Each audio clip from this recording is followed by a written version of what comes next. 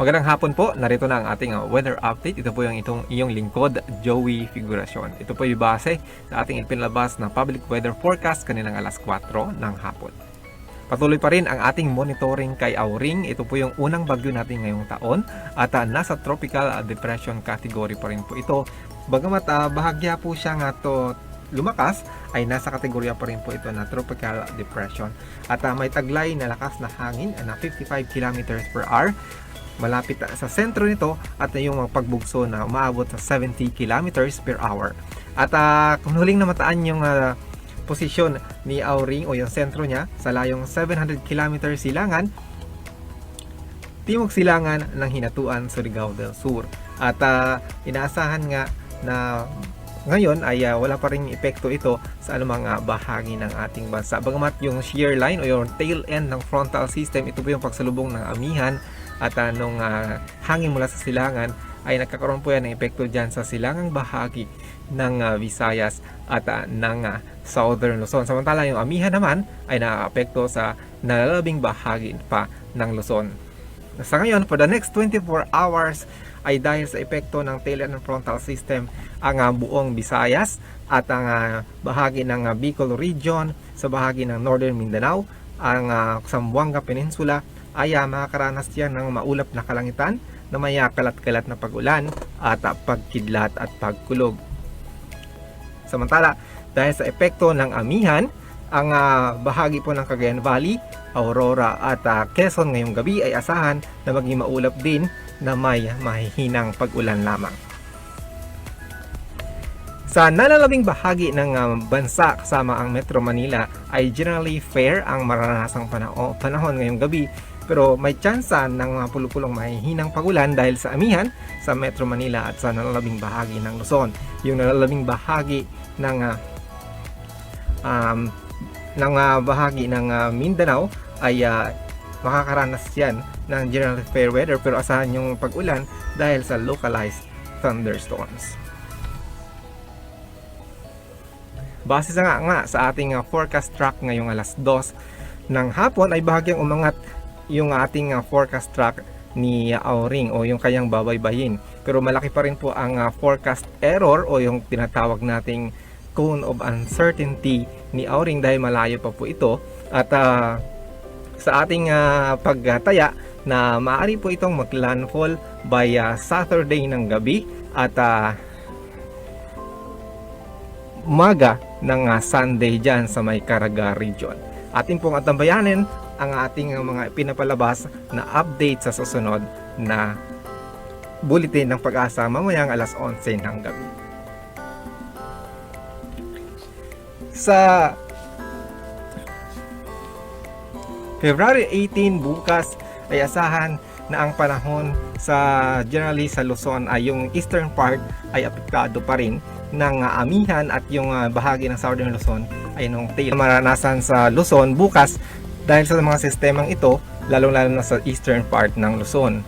Ang ilang bahagi pa o yung natitirang bahagi ng Luzon ay generally fair weather, maliban lamang sa mga pulupulong mahinang pag-ulan sa northern at central Luzon, maging sa eastern part ng central Luzon o southern Luzon. At sa bahagi naman ng yung nalalabing bahagi ng southern Luzon, mga pulupulong pag-ulan naman dahil yan sa mga localized thunderstorms. Ang agwat ng temperatura bukas sa Metro Manila ay mula 22 hanggang 30 degrees Celsius. Sa Baguio ay mula 13 to 21 degrees Celsius. Sa Lawag ay mula 22 hanggang 30 degrees Celsius. Sa Tuguegarao ay mula po 21 hanggang 30 degrees Celsius. Sa Legazpi ay magmumula sa 24 hanggang 30 degrees Celsius. Sa Tagaytay ay magmumula po sa 20 hanggang 28 degrees Celsius. At sa bahagi ng Puerto Princesa ay mula 24 hanggang 32 degrees Celsius. At dyan sa West Philippine Sea o sa Calayan Island ay magmumula sa 25 hanggang 32 degrees Celsius. Sa Visayas, generally apektado ng tail end ng frontal system pa rin bukas, at sa bahagi ng Mindanao ay maaaring apektado na po ng trough ng bagyong si Auring. At mag-aatid na rin yan ng kalat-kalat na pag-ulan at pagkidlat at pagkulog dyan sa Mindanao. At ating payo sa ating mga kabayan dyan, mag-antabay po sa ipinapalabas na heavy rainfall warnings at thunderstorm advisories ng ating mga kasamahan dyan sa Mindanao at sa Visayas.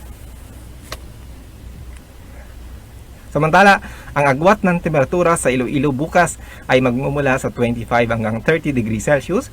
Sa Cebu ay magmumula sa 25 hanggang 30 degrees Celsius. Sa Tacloban ay magmumula sa 24 hanggang 29 degrees Celsius.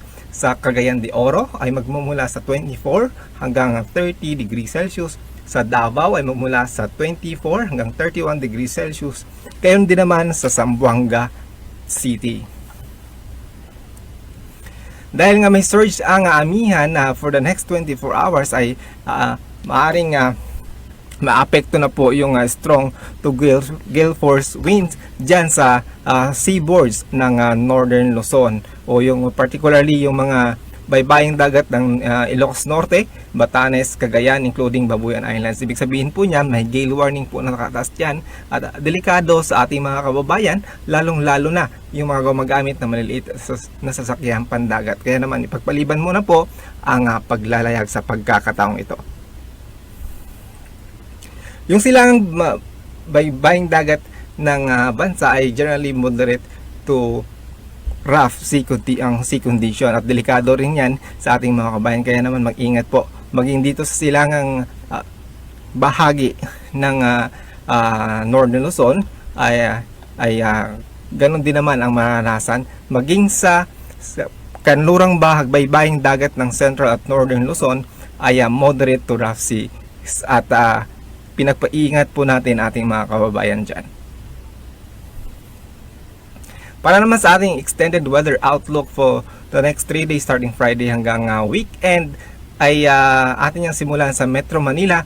Pagdating ng Friday ay hanggang Saturday generally fair ang panahon. Asahan lamang yung mga pulupulong mahihinang pag-ulan, but by Sunday, February 21 ay aaring maapekto yung trough ng bagyong si Auring dahil umakyat nga po ito at mag-aatid po yan ng kalat-kalat na pag-ulan at pagkidlat at pagkulog. Ibig sabihin may significant na ulan tayong inaasahan pagdating ng Sunday sa Metro Manila.